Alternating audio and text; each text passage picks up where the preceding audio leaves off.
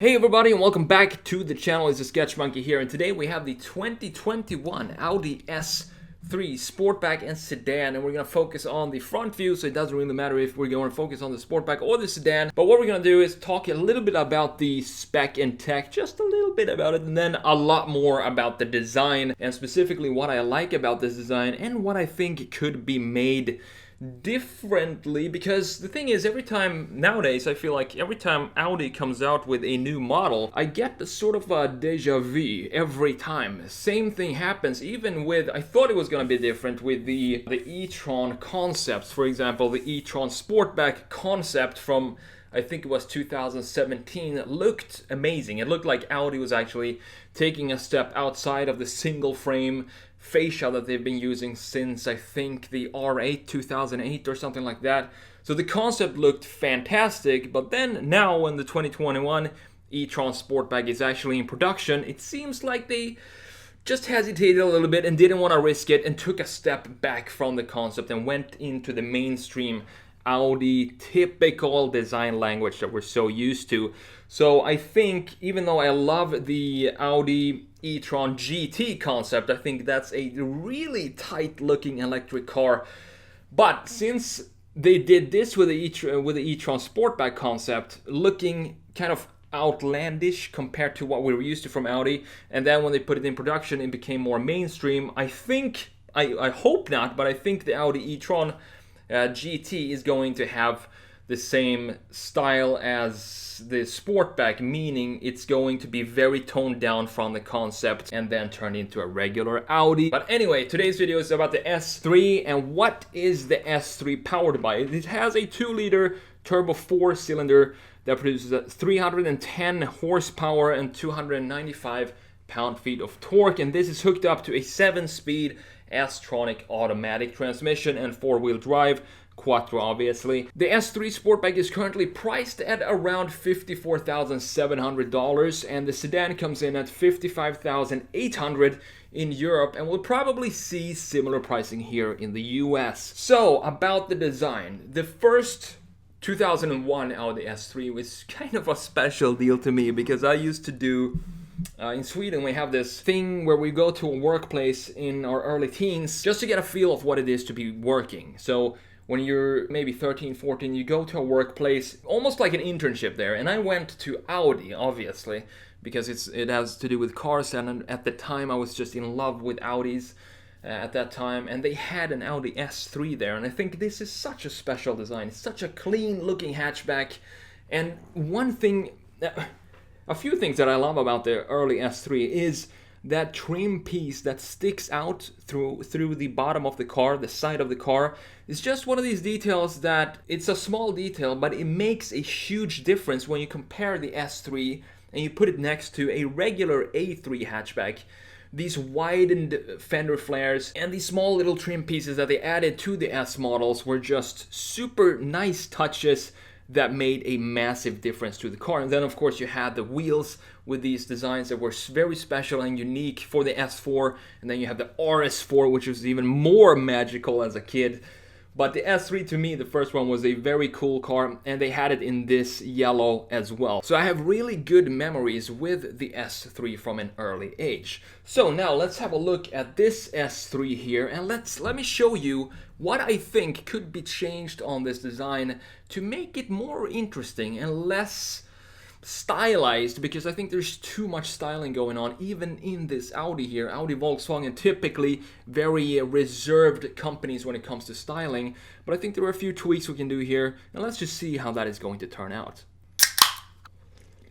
Alright, so here we have the Audi S3 2021 model, and you know, it doesn't look bad. That's not the thing here, but I think it can be improved. What I like about this design is the structuredness of it. It's not overstyled like you see certain Asian companies do, such as Kia and Hyundai, but that's their style. I kind of like that as well. But German cars shouldn't be overstyled at all. They should have some structure to it, and everything should kind of have a purpose to it. What I want to do here is just to explore what would happen if, for example, we took away this droopiness of the chins, because the chins to me, or the jaw of this car, it looks a little bit off. There is something missing around here. I want to have some sort of base that holds the front up and all the graphics that are in the front. So what I'm going to do first is to add some sort of structure at the bottom of this face and see how that is going to turn out.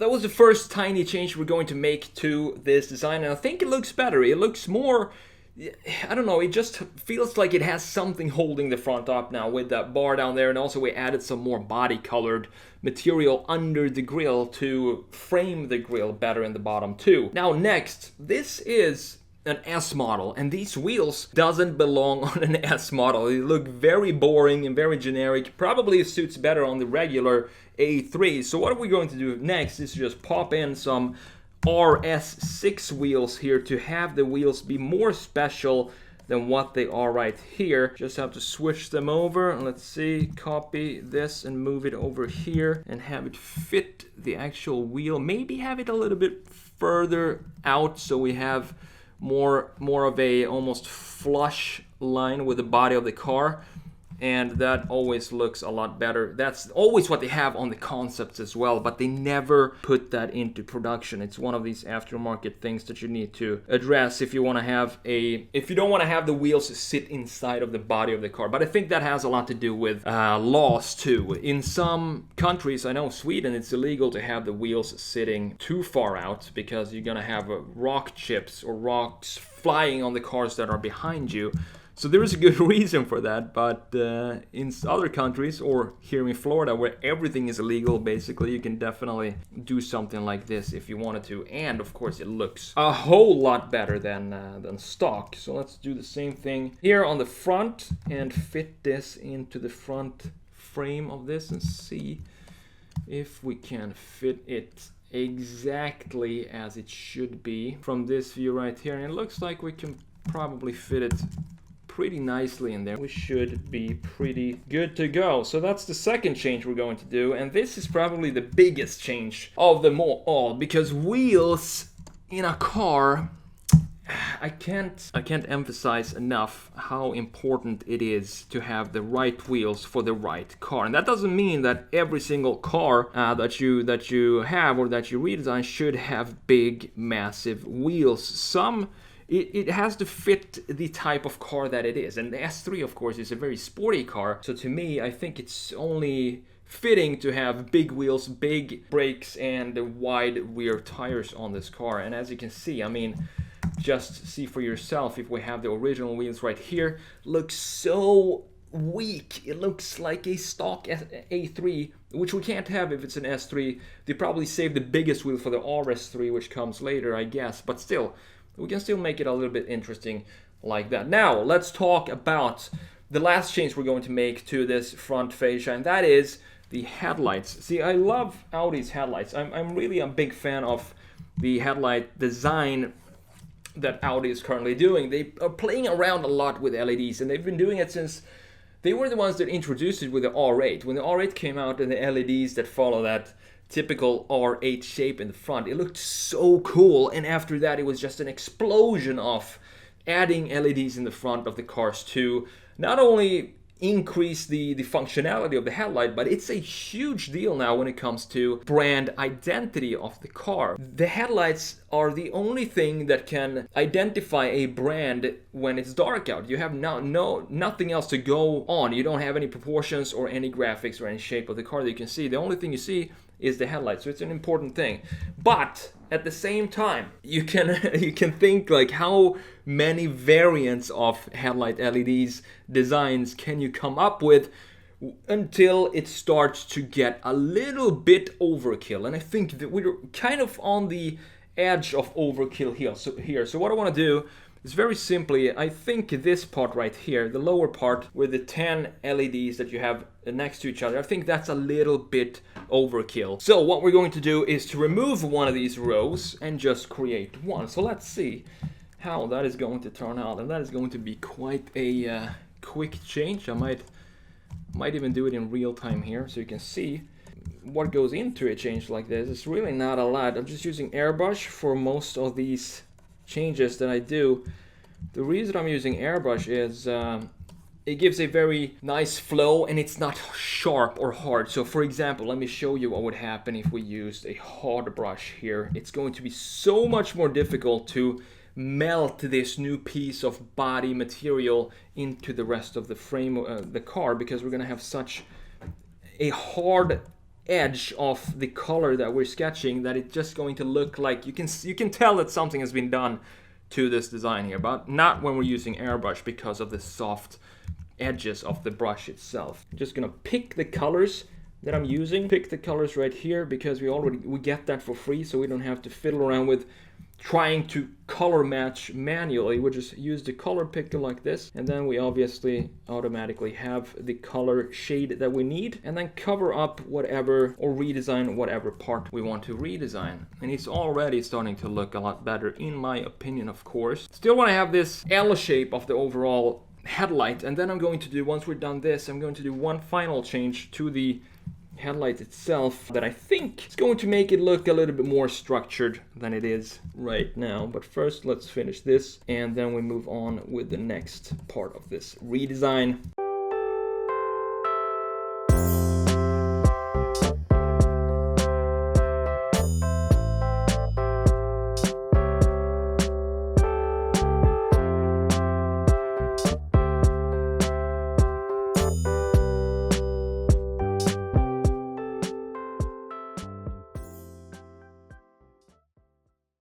Alright, so I'm happy with this, and personally I think this looks a lot better. It doesn't look like it's a disco ball in the front face of this car. It looks a bit more structured, and you don't have such a wide L shape of that little tiny L that sticks down there. This to me looks more sleek, and it suits the car better in my opinion, of course.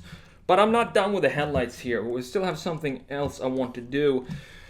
And that is to bring it back to some simple geometries, which I love in car design. There are a few things that I could change in the front fascia of this car that I could experiment with, such as, for example, this line right here. We have the intake here, which have a corner right here, another corner down here, another corner here. It's just a random shape, this. So what I could experiment with is to, for example, make this a little more straight like this.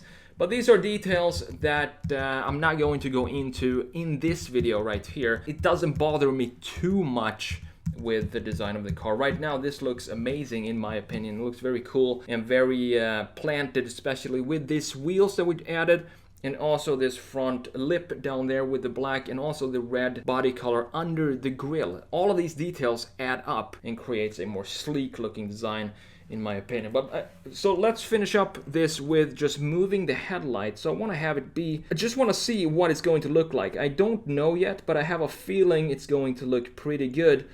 by just turning this headlight and have it be more horizontal with the grille. So we have almost a straight line and not have the headlight go up like this and tilt it like that. I want to bring them down so they're in line with the top line of the grille, if that makes sense. It's just an experiment that I'm gonna do. So let's do that and let's see how that is going to turn out.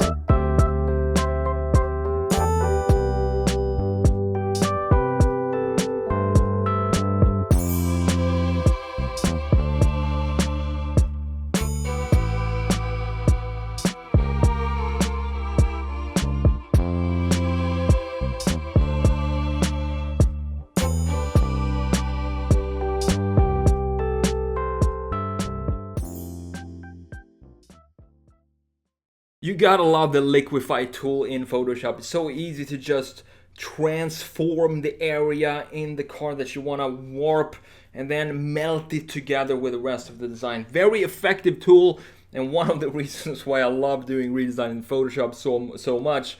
It's such a great tool to do work like this.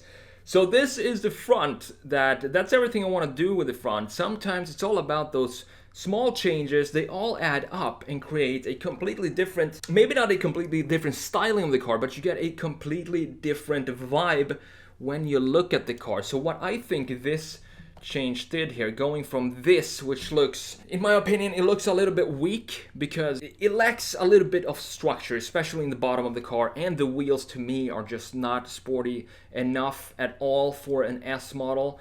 So changing those and then having the headlights be more in line with the top line of the grille, that to me makes all the difference in this design. I just quickly want to show you one thing I really love about the S3 here, the new design, is this part right here. Because the fenders on the new, I think this is going to come on the A3 as well, the standard A3, the new fenders that have been redesigned and emphasized in this shape right here. So you have creases in the body of the car itself that really beefs up the side of the car. And when you put this car in the right light, it's going to look very cool, because these areas, these surfaces right here are gonna be light, and the rest of the car, as you can see right here, actually, these are going to be darker, and same thing here. So what this is going to do is it's going to give the car a very planted look when you look at it from the side view, and you have the light hitting it in this specific way.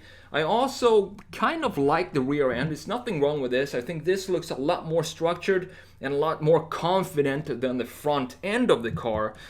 But at the same time, we have a lot of styling features here that are not really necessary. There is a lot of this going on. These hexagon mesh right here that doesn't really mean anything. So, you know, I get that they need to make a different bumper for the S model than they do for the standard model, but I don't know if this is the right way to go, to just add some black plastic that are, I guess, supposed to visualize air outlets, but they're fake, obviously. What we can do here instead of this mesh here is to just extend. I can see that we have a diffuser down here. We have some fins, so why not extend these fins all the way up like this? I don't think that would add anything to the cost of this specific piece or manufacture this piece, but I think it would add a lot to the visual appeal of the rear. But again, there is an S3 coming. Maybe they're saving all of these changes for the S3. I do love this ducktail right here. It looks very cool and very subtle. Almost, it reminds me of the side piece that they had on the original S3 down here, which now has moved all the way to the bottom of the side right there. Anyway, that's my video of the Audi S3. I hope you enjoyed it, and if you did, hit the like button and subscribe to the channel if you are new. I'm TheSketchMonkey. Thank you so much for watching this video, and I will see you in the next one. Take care.